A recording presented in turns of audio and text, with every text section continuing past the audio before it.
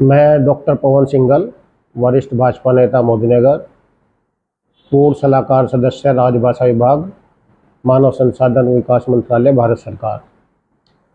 आप सभी को 78वें स्वतंत्रता दिवस की सभी क्षेत्रवासियों को, पूरे देश को और जहाँ भी हिंदू धर्म से निकले हुए या सनातन धर्म के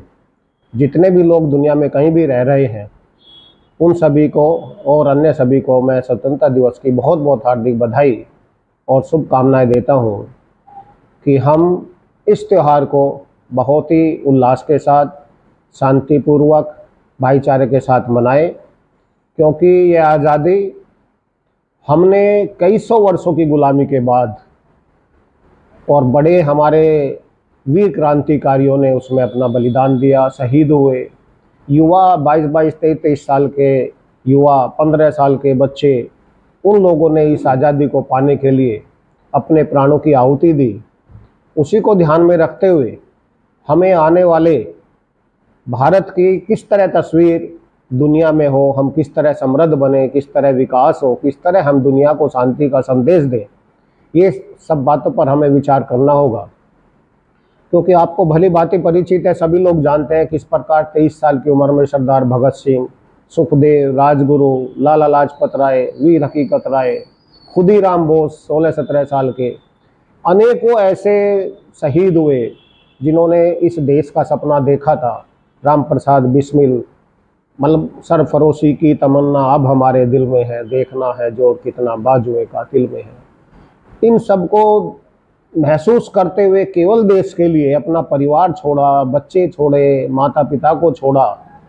और अपने प्राणों की आहुति दी। और वो इसलिए दी थी कि मेरा देश मेरा स्वराज्य होगा। मेरे स्वराज्य का मतलब केवल ये नहीं कि सत्ता मिल जाए।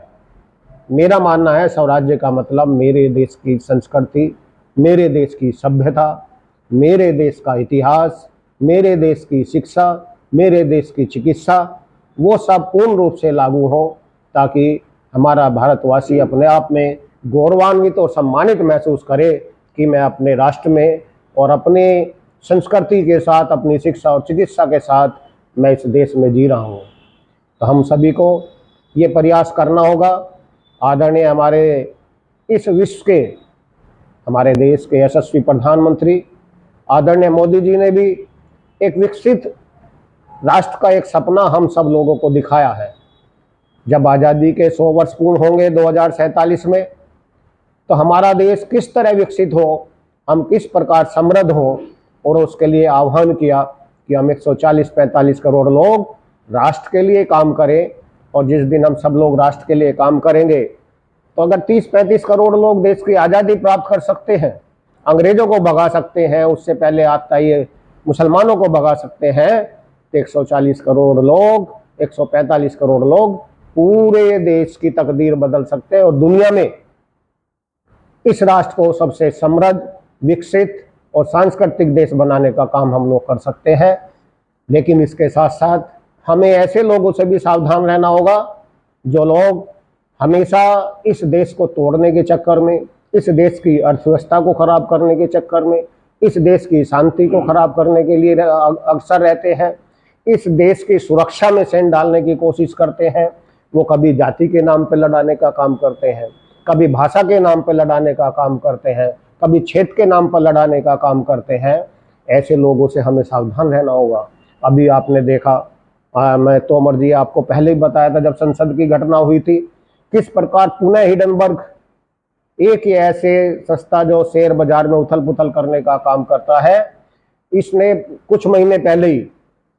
हमारे यहाँ के प्रसिद्ध उद्योगपति अदानी पे आरोप लगाकर 2-3 दिन में ही 8.5 लाख करोड़ रुपए का नुकसान जो हमारे देश के इन्वेस्टर्स का कराया। ऐसे लोगों से हमें सावधान रहने की जरूरत है। लेकिन अब पुनः उसने आरोप लगाया कि सेबी की चेयरमैन अदानी से मिली हुई है। लेकिन मैं धन्यवाद देना चाहता हूँ इस देश की जागरूक जनता को, जिन्होंने इसका मुंह तोड़ जवाब दिया और शेयर बाजार में किसी तरह की उथल पुथल नहीं होने दी और उनके मनसों को नाकाम करने का काम किया। इसमें बहुत बड़ा जॉर्ज सोरोस जैसे लोग जो अपने पैसों के बल पर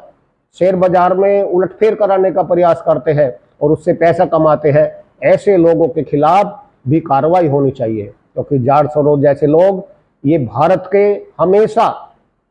कट्टर विरोधी और भारत को हमेशा नीचा दिखाने के लिए, और यहाँ तक कि हमारे देश के यशस्वी प्रधानमंत्री के भी ये बहुत कट्टर खिलाफ है। ऐसे लोगों से हमें सावधान रहना है कि कौन जाति के नाम पर भड़काने का काम कर रहा है, कौन ऊंच नीच के नाम पर भड़काने का काम कर रहा है, कौन हमारी अर्थव्यवस्था को खराब करना चाहता है। अगर इस देश की अर्थव्यवस्था अच्छी होगी, मैं तो कहता हूँ अदानी अंबानी जैसे 100 उद्योगपति हमारे देश में हो, जितने उद्योग लगेंगे उतना रोजगार मिलेगा, और जो हमारा 2047 का $30 ट्रिलियन की हमारी इकोनॉमिक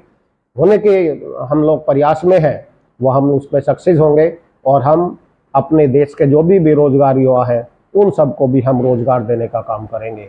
और मित्रों, मैं एक बात और बता दूं कि ये जो अग्निवीर योजना का कुछ लोग विरोध कर रहे हैं, इन लोगों को इसके बारे में सही मायने में जानकारी नहीं है। ये अग्निवीर आज की पूरी दुनिया की सुरक्षा व्यवस्था को देखते हुए, उसकी सेना की ताकत को देखते हुए ये अग्निवीर योजना बहुत जरूरी है। इससे हमारा युवा बलवान होगा, और वो देश की सीमाओं पर जितनी ताकत से हमारा युवा लड़ सकता है, वो एक 50 साल का 60 साल का हमारा सैनिक नहीं लड़ सकता। इसलिए अग्निवीर, और ये यही नहीं, अन्य देशों में भी अभी हमारे विपक्ष के नेता कह रहे थे कि 5 साल की ट्रेनिंग दी जाती है चाइना में। तो मैं बता दूं, चाइना में ऐसे सैनिकों को केवल 6 महीने की ट्रेनिंग है और 2 साल की जॉब है, और हमारे यहाँ तो 4 साल की जॉब, उसके बाद भी उसको BSF में, अन्य सभी जगह सरकारी नौकरियों में, पुलिस में 10-10% हर राज्य सरकार घोषणा कर रही है। तो मेरा मानना है जो भी अग्निवीर में शामिल होगा उसका मान कर चलिए कि उसकी नौकरी बिल्कुल पक्की है, और 24 साल की उम्र तक तो वैसे भी हमारा युवा कहीं नौकरी नहीं करता, उसको नौकरी के साथ साथ पैसे मिलेंगे, 12-15 लाख रुपए एक साथ मिलेंगे। उसकी अगर मंशा नहीं है आगे तो और भी अन्य रोजगार कर सकता है। तो मेरा तो सरकार से भी आह्वान है कि इस योजना को और बढ़ाया जाए, और युवाओं को इससे भी रोजगार देने का काम करे, ताकि हर शहर में हमारे अग्निवीर पैदा हो, और देश की जब भी आंतरिक सुरक्षा में या किसी तरह के लोग, आतताई लोग अगर आक्रमण करें तो ये अग्निवीर ही और अन्य मोहल्ले के लोगों को, शहर के लोगों को ट्रेन करके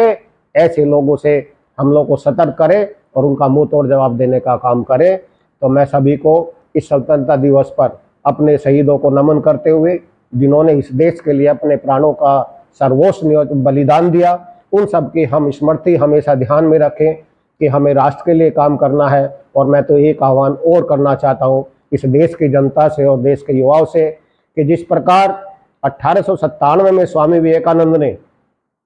कहा था कि आज देश को आवश्यकता है कि हमें केवल राष्ट्र की आराधना करनी है। हम किसी भी देवता को मानते हैं, किसी भी पंथ को मानते हैं, किसी को भी पूजते हैं, उसको पूजिए, लेकिन उसको छोड़कर केवल हम अगर 50 वर्षों तक राष्ट्र की आराधना करेंगे तो निश्चित ही हम आज़ाद होंगे। और ठीक 50 साल बाद 1947 में हमारा देश आज़ाद हुआ। मैं यही अपील आप सब लोगों से करता हूं कि हम भी 2047 तक अपने सब पंथ, भाषा, जाति, सब चीज़ को भुलाकर एक ही आराधना, कि हम राष्ट्र की आराधना करें। तेरा वैभव अमर रहे, माँ हम दिन चार रहे ना रहे, और केवल राष्ट्र के लिए काम करें। अपना स्वयं का हित छोड़कर राष्ट्र हित में हम लगे तो निश्चित ही जो हमारे आदरणीय प्रधानमंत्री मोदी जी का सपना है विकसित राष्ट्र का, वो हमारा देश विकसित होगा। और विकसित राष्ट्र में आदरणीय प्रधानमंत्री जी का एक पर्यावरण के लिए संदेश है, जो आजकल बहुत कहा जा रहा है कि अपनी माँ के नाम पे एक पौधा लगाएं, क्योंकि पर्यावरण सुरक्षित होगा अगर जल, वायु, अन्न ये सुरक्षित होंगे, सेफ होंगे, हमारी धरती माता सुरक्षित होगी, तो निश्चित ही हमारे विकसित राष्ट्र की कल्पना भी पूर्ण होगी। हमें इन सब बातों पर भी ध्यान रखते हुए मैं पुनः अपने सभी देशवासियों को, अपने क्षेत्रवासियों को बहुत बहुत स्वतंत्रता दिवस की शुभकामनाएं देता हूं कि आप अपने तन से, मन से बिल्कुल स्वस्थ रहें, स्वतंत्र रहें, विचारों से स्वतंत्र रहें, केवल राष्ट्र की कल्पना करें। जय हिंद, जय भारत।